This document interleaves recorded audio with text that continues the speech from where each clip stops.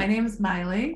I have been, I guess, in different parts of operations for the last 15 years. So I usually just go where what feels interesting and where I can build something from scratch. I like the building, not so much the getting the last 5%, from 95 to 100, but the 0 to 95 is really appealing to me. I'm fascinated by the concept of a fractional executive, and I'd love to hear, what does that mean and what do you do as a fractional executive? Yeah. I adored my job at Fellow, but I just had my third kid and I love those kids. And I do not have time right now to put 60 hours, 70 hours a week, all of my passion into a job. I like helping businesses. I like watching things grow, but I don't want to be on call at all times. And it turns out when you're really getting started, depending on what your business is, you might need a product person, maybe you need a growth marketer or an e-com, but you don't usually, there's a whole bunch of functions you only want a little bit of.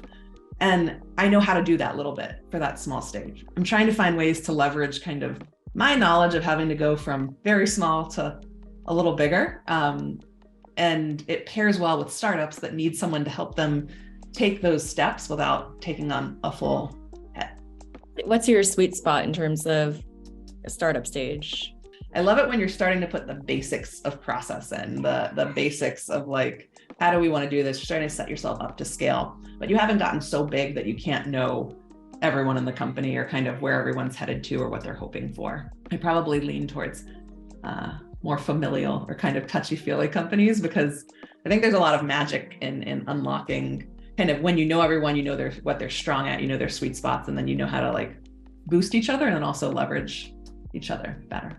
I'm curious what one of the biggest challenges you faced in your career has been. I think the showing up and being honest about what serves each of your team members and kind of supporting them in getting there. And sometimes that means doing a really hard thing and perhaps terminating someone that you care about as a human, but it just you can't get them to where they need to go.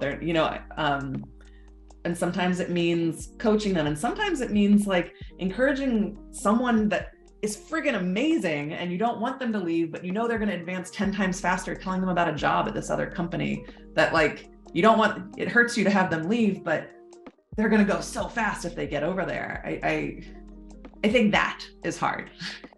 I'm curious if you have an approach or a philosophy that stayed with you as you're managing and developing teams, these smaller teams. Mm-hmm. Is there a rule you kind of live by or a way that you help set the tone of the culture? I think things work best when people feel like they're growing and striving and developing in a way that gets them close to what they want. On the other hand, you can't have a job that's 100% what you care about, what you're growing towards, striving towards. It doesn't work that way. And so I encourage anyone that's my director, anyone that I manage, to always try to have this balance of that 10 to 20% of your work on a regular basis is a clear step closer to where you want to go. And what I think this does is I think it gives you more conviction about where you're at.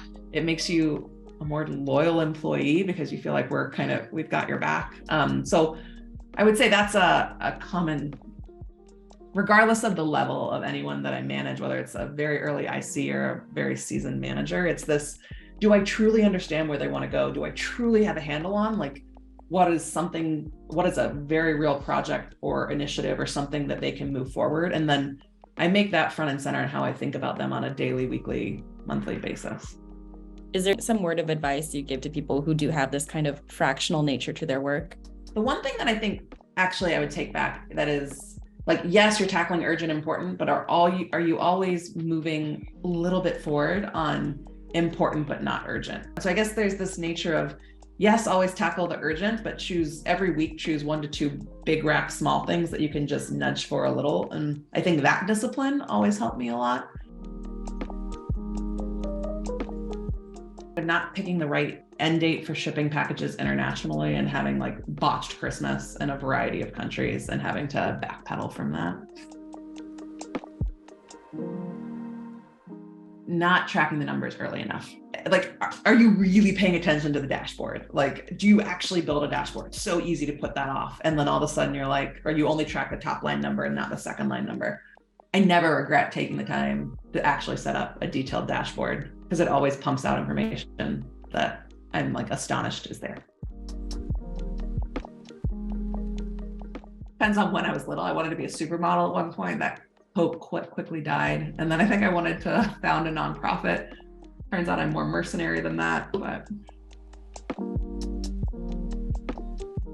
I go back to consumer goods, heading up COO at a kind of company that's growing. I love the camaraderie and the kind of we're all fighting for the same thing and you're trying to get your product that you really think is awesome out there.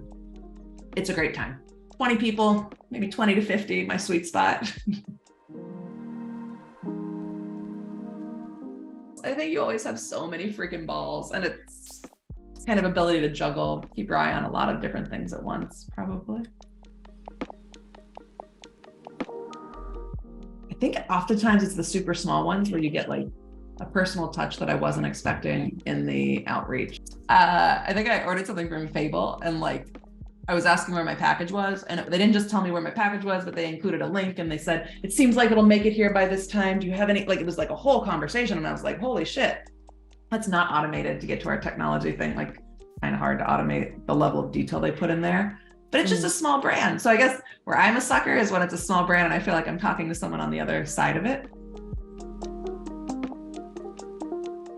I still remember one of my biggest mistakes in my career was I got my ego all in a tizzy that I thought, like, I came into a new job. I won't be specific on this. And there's a bit of politics right at the beginning, and something that I thought was going to be in my remit was not. And I threw the biggest hissy fit because in my head, I was this person that had X people under me and that like was getting to do this thing. It felt so pressing in the moment, but in reality, it wasn't that big of a deal. So I guess I'd coach myself on taking my ego out of kind of reactions, especially when it has to do with like title, direct reports, some of that stuff that when you're early in your career, it feels so momentous because like if you do good work, it will come.